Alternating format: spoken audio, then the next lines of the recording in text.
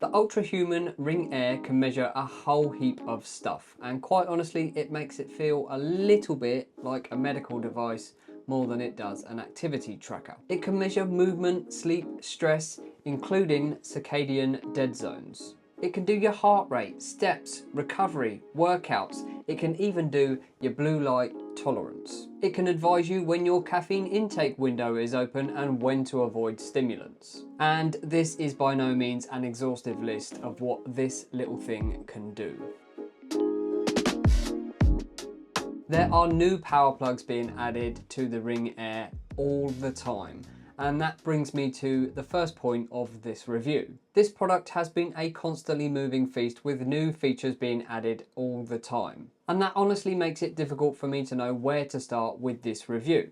Take power plugs for example. I've mentioned them once already, but what are they? Power plugs are like apps or plugins that are designed to track one specific thing. There are already half a dozen power plugs available, there's 3 coming soon, and there's a couple of paid subscriptions as well. Bear in mind, this feature only launched in July, but more on those in a minute. And I'm not complaining, by the way. I think it's great when you purchase a product and then over time it improves because there's updates to both the software and the firmware. I'm just saying that the product that I've got on my finger right now may be a little bit different by the time that you order it. So I'm going to do my best to give you my experience of using this ring as it stands today, but just bear in mind there may be a few things that you think I've missed because it actually wasn't available to me at the time. Of course, there's always the possibility that I just missed it entirely. The process of buying a smart ring is a little bit different to that of, say, buying a smartwatch. Of course, you've got to get the sizing right. And how do you do that with a ring that you haven't got in front of you? Well, the answer is one of these. This is a sizing kit and Ultrahuman will send one out before they can size your ring correctly. What this is basically all of the different sizes that Ultrahuman make in the Ring Air, and you can try them on for size and see how they fit. I should warn you that when you get this thing, the cardboard on this box for some reason kind of smells like vomit. Not super important to the functionality of the ring, but it is pretty rank. Inside you get this is the sizing kit.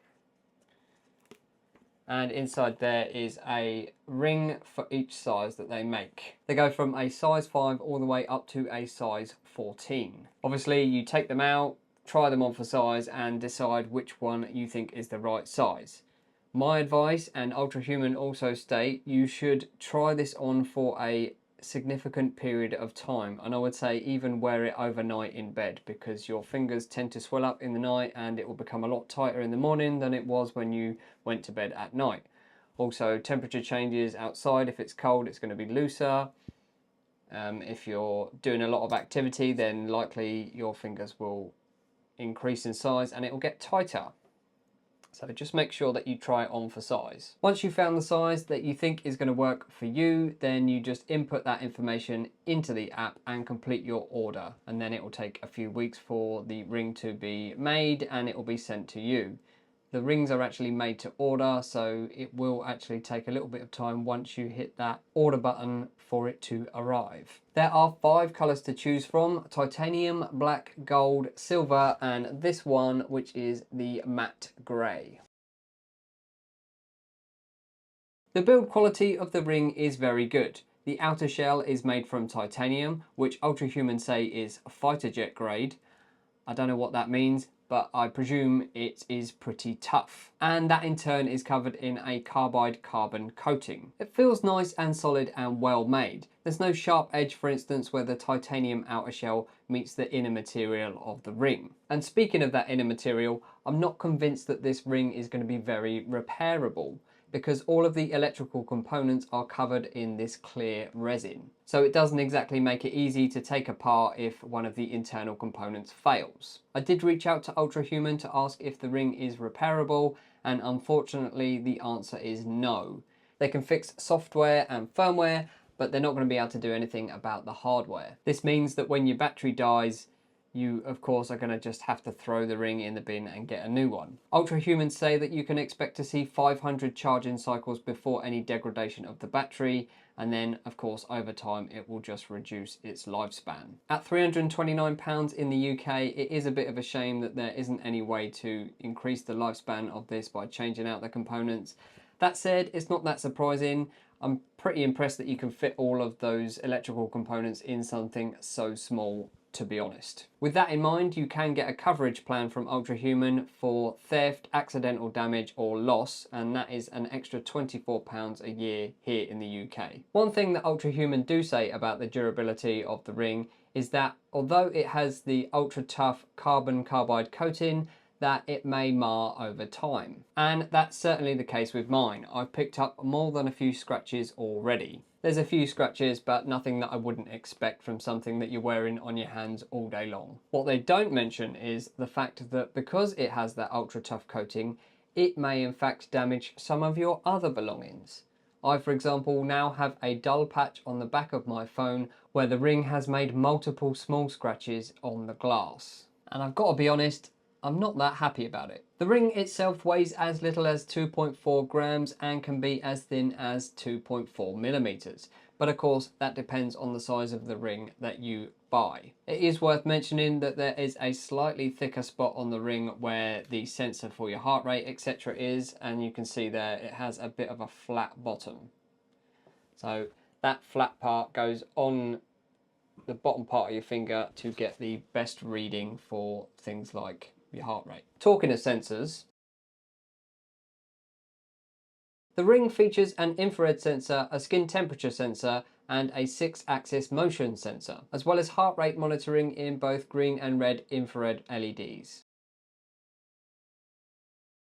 It's worth mentioning that the workout feature, which is what you use to track something live, as in at the time rather than after the event, is still in beta. So bear that in mind when I'm talking about the following. As a replacement for a traditional smartwatch or fitness tracker, this ring isn't gonna cut it. And you shouldn't expect it to. I mean, it's missing one of the major features that most of these trackers have, which is GPS. What that means is when you do use it for tracking, say, a run, you're going to need to pair it with your phone and take your phone with you in order to use the GPS signal from your phone and match it to the data that the ring is going to capture. Which means if you're someone like me who prefers to run without their phone, then it's not going to be any good. Here's an example where I tried to track a run without taking my phone, and you can see the result. How it works is that you open the Ultrahuman app, you start the workout activity, you do your activity, and then when you're finished, you stop it in the app. The phone will pick up the GPS side of things and the ring will pick up the heart rate and the sensor side of things. Or at least it would work like that if, of course, again, you take your phone with you. What will happen if you do try and use it without your phone with you is you're going to get this kind of nonsense path of GPS, and things like your average pace are just going to be wildly inaccurate. Metrics that are tracked by the ring are then fairly limited in comparison to, say, having a fully fledged sports watch like a Garmin or a Coros, at least in the case of running. But again, this is likely to expand over time and I haven't tried them all. I did ask Ultrahuman if it would be possible to pair the ring with, say, a running watch so that you could use the GPS off of a Garmin and take the extra features of the ring. And that's something they're going to take away and look at, but they of course couldn't promise anything. You can add activities to your timeline after the fact, but it appears to only give you an average heart rate and nothing else, so that is of limited value. That said, it does also attempt to automatically identify activities, like for example here it picked up my 25-minute Beat Saber session, but I have found that feature to be a little bit random at best. It has a healthy list of 76 activities to choose from, and it even includes one that has been missing from almost every other tracker that I've tried: badminton. So I put it to the test and here are the results. It doesn't really track much beyond, again, your heart rate. You're not going to get, you know, the power of your stroke and the number of strokes, you know. Again, it's still in beta, so maybe that'll improve. Finding your activities in the app after the fact is a little bit difficult if it's on a previous day. There's nowhere to go to get a list of all the times you ran or all the times you played badminton, for example. This is something that's super simple on, say, like the Garmin Connect app or the Coros app, and it's a little bit of a shame that it's missing from the Ultrahuman one. Again, I mentioned this to Ultrahuman and they have noted my feedback. To find the examples to show you, for instance, for the badminton and the running, I actually had to flick through every day until I found them. I couldn't remember what day I did them on, so I just had to go through every day until I found the activity.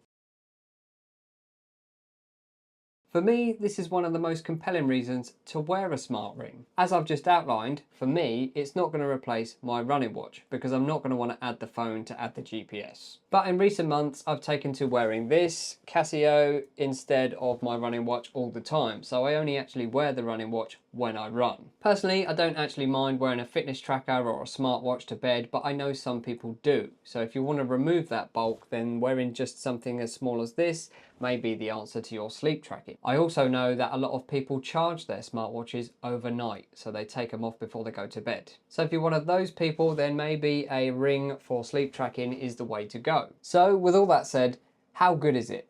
Well, I thought the best way to test it would be to put it against a sleep tracker I've used in the past, so I tested it against the Coros Pace 3. If you want to see my review of that watch, you can watch it up here. The first comparison here I picked somewhat at random. Obviously, it was one of those nights where I had both devices on, but otherwise I just picked it out of a list of several nights. You can see that the overall sleep time between the two devices is very similar, but they do differ on the length of time spent in each sleep state. For the next comparison, I picked a night where I knew I was pretty restless. I'd woken up several times, so it makes sense to take a look at the difference between that night's sleep on the two trackers. Again, the overall sleep time between the two trackers is different. This time a little bit more of a difference than it was in the last example. And again, there's a difference in the times in each of the sleep states. But the interesting thing for me is how often did each of the trackers log when I woke up. They've both got a very similar awake time, just 3 minutes difference, but the Coros has me waking up 6 times in that period,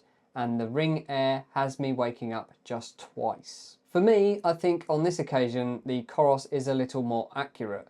I know it was a restless night's sleep, and I know I woke up several times, and that appears to be reflected in the data of the Coros. However, in the Ring Air, it's only got me waking up a couple of times, even though the awake time for both is very similar. As for the difference in time on each of the sleep states between the two examples, take that as you will, because ultimately you're asleep. So I've got no idea how accurate either of them are. I mean, they could both be wildly inaccurate, and I wouldn't know because I was asleep. So it kind of depends on how much value you place on these trackers for sleep tracking, but I can tell you that in my experience, at least for the periods of time that I was awake, the Coros probably is slightly more accurate. That said, I know a lot of people that think the Coros Pace 3 is particularly inaccurate as a sleep tracker. The power plugs that are available at the time of this recording are mostly free, but there are, as I mentioned before, a couple of paid subscriptions. You can track your screen time, your vitamin D exposure, your circadian alignment, your caffeine window. You can also track your cycle and get insights into pregnancy. All of these tracking features are free. As for your paid subscriptions, you can track your cardio adaptability, and coming soon, you can turn on AFib detection. I can only assume that there's going to be new power plugs, both free and paid, added over time to expand the ecosystem. And that's a good thing because you're just going to get more and more features added over time. But again, there's no guarantee. I mean, if the paid subscriptions don't take off, then you're probably not going to see more of them. At the risk of making this video a 4-hour epic, I will spare you the deep dive into each individual metric and just give you a kind of overview of some of the others available. This will give you an overall movement score and is tracked against things like steps, activity minutes, and calories burned. This will give you a stress timeline where it will show your stress levels against 4 different categories. It will also show you your heart rate in 15-minute chunks, give you a relaxation percentage for the day, and in which phase each of these events occurred. This will give you an overall dynamic recovery score. This is made up from various contributors like heart rate, skin temperature, and sleep. You can then drill down further into each category and see what needs attention and get some advice on how to improve each of those metrics. Heart rate and skin temperature are plotted on a graph for day, week, month, and yearly stats. Your cardio age is based on your VO2 max, your resting heart rate, and your HRV. And they're also listed separately if you want to dig further into each of those. Your timeline will automatically log things like your activities or where you might be missing a smart goal. It'll also give you advice on things like perhaps now's a good time to start avoiding caffeine intake for the rest of the day. Smart Goals works in a similar way to the rings on an Apple Watch. You set up your goals or your targets at the beginning, and then you're measured throughout the day to see whether you hit those targets or not. And in predictable fashion, when you reach the target, you will close your ring and complete that goal for the day. There is the ability to add additional smart goals off a predefined list, although there's only 9 on there and 8 of them were pre-selected for me. You can of course also remove some of those goals or change the target to make them harder or easier. Ultrahuman say the ring should last for about 6 days. Out of the box, the ring that I received had 69% battery remaining and I ran it down to 0. This took almost exactly 4 days, so based on that maths, yeah, 6 days is probably about right. In reality, however, you get low battery warnings at 30%, and I found that I tended to just put the ring onto charge here or there for half an hour or an hour and just give it a boost. Given the size of the ring itself and the physics of actually fitting a battery into this small of a device, I think that 6 days is pretty good. When you do come to charge it, Ultrahuman say that you should get a full charge in about 90 minutes. However, in my experience, I found that it took a little longer. In fact, it only reached 75% after 2 hours on its first charge. And then it hit 100% at about 2.5 hours. That said, just before I hit record on this video, I had a firmware update on the ring and it did mention improvements in battery charging and battery life. So maybe that will have sorted itself out. Charging is done via this proprietary dock, and it's USB-C to USB-C cable, which is a nicely braided one. The only small complaint I have about the charger is that it would be nice if it had a magnet in it, because when you put the ring on the charger, it can just fall off. There's nothing to hold it on there. It's shaped to the same flat bottom as the ring, but there's nothing to hold it onto the charger. I mean, it obviously is designed to sit flat on a surface, so the chance of it falling off if it's sitting flat on a table is pretty slim, but I just thought it would be nice because then you wouldn't have to worry about plugging it in and slinging it on your bed, for example. When I mentioned this to Ultrahuman, they did say they had a limited edition charger last year that actually did have a magnet in it, but it's no longer available. But it would be something they would consider bringing back in the future. And as of about a week ago, you can now also get a portable charger, which is similar looking to this, but I think it's obviously got a battery in it, so designed for travel. But you have to pay extra for that, which you can do so when you order the ring, and it's £39 here in the UK. Overall, I think the layout and the utility of the app is pretty good, but I don't know if it's the app itself or my aging iPhone 12 mini, but I've found it to be a little bit unresponsive at times. Reasonably often during my testing, I've found that tapping on particular items doesn't register, and that you do it 3 or 4 times in a row, and then it'll catch up, and then you'll see it repeated. There are some other bugbears of mine. For instance, as I mentioned before, I'd like to be able to filter to particular activities, regardless of date, because they're just too difficult to find, having to scroll through every single day. One of the other quirks is the weekly insights report. For some reason, this kicks you out of the app and into a browser in order to read it. Not really sure why that is, but it seems a little bit strange because there are some other summary reports that you can read in the app. So I don't know why the insights one in particular has to take you to the browser. It's a little bit strange. Ordinarily, when I'm talking about notifications on a fitness tracker, I'm talking about its ability to receive them. But in this case, it's all about it sending you notifications to your phone. Of course, the ring itself doesn't have any ability to display notifications, nor does it have a vibration motor, so it can't alert you to anything. So all of the notifications are going to be from this to your phone. You will get notifications for various different things, and quite honestly, you will get a lot. Like multiple per day, every day. So if you're not a big notification fan, then you're going to want to turn those off. The only thing is you can only have them on or off. There's no ability to decide which ones you want to see and which ones you don't. Again, this is something I fed back to Ultrahuman, and they have said that other people have mentioned it, so I expect that to change in the future. I should start this conclusion by again reiterating the fact that during the course of testing this ring, there have been both several firmware updates and software updates.